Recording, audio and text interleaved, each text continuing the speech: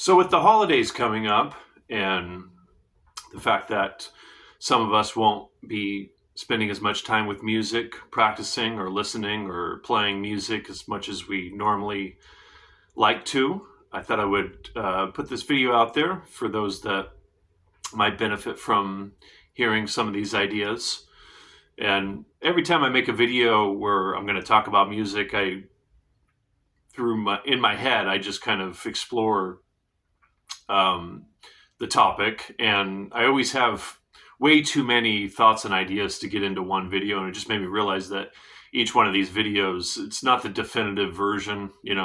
It's a living, breathing thing that I'll revisit and talk about in various ways. And yeah, just wanted to make that clear that none of these are the definitive version.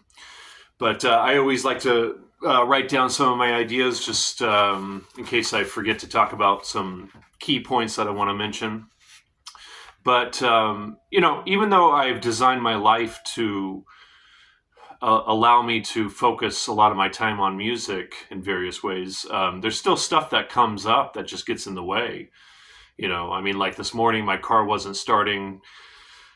Thankfully, eventually did. And I went to the grocery store and exercised. And, it's just like we just have to do things in life that take us away from music. But I think those things can actually be beneficial to the music.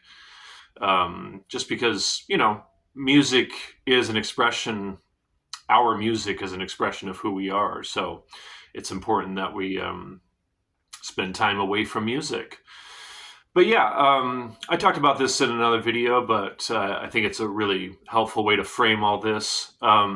The philosopher and mathematician, one of my favorite intellectuals, Bertrand Russell, he talked about when he was working on a problem, mathematical or philosophical problem, what he realized was, over time, what he realized is if he got to a point where he wasn't making any more progress, then if he backed off, took some time away from the work, and came back to the problem he was working on, the answers would reveal themselves.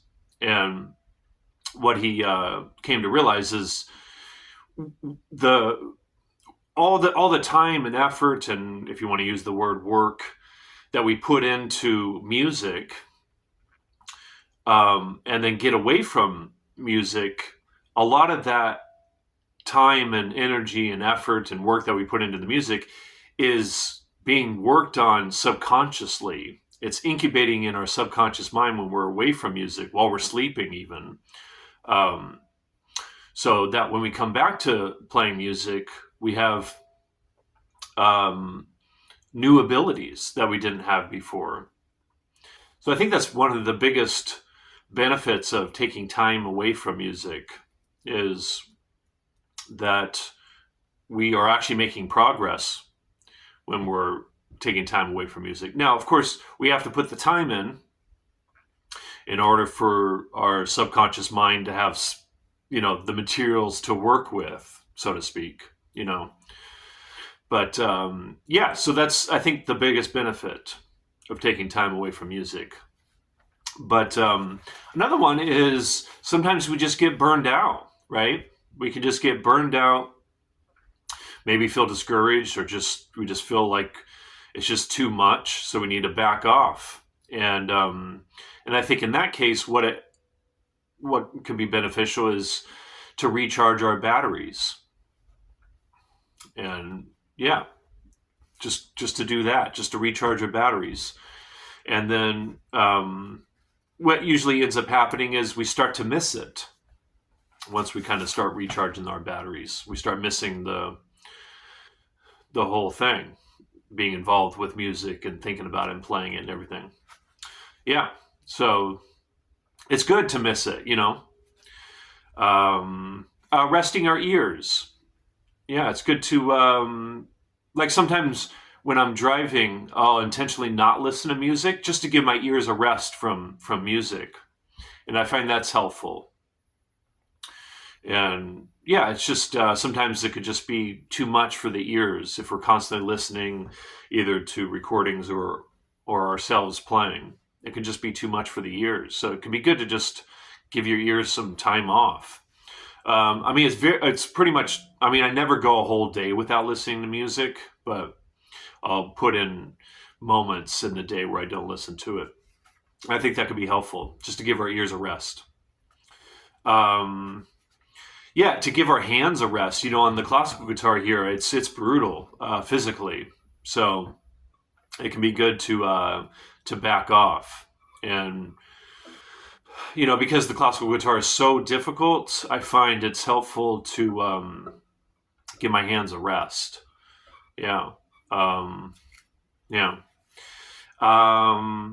Yeah, and one thing that's really interesting, especially with the improvisational stuff, the creative stuff, we come back with a fresh perspective. We kind of hear things differently, and our sensibilities are a little different.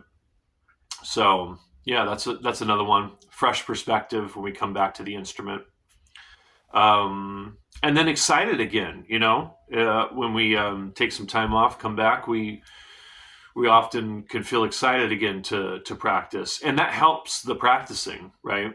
To feel excited again. If you're starting to feel bored or discouraged or whatever, that can get in the way of our progress. So, yeah, helpful to take some time off and then get excited about it again.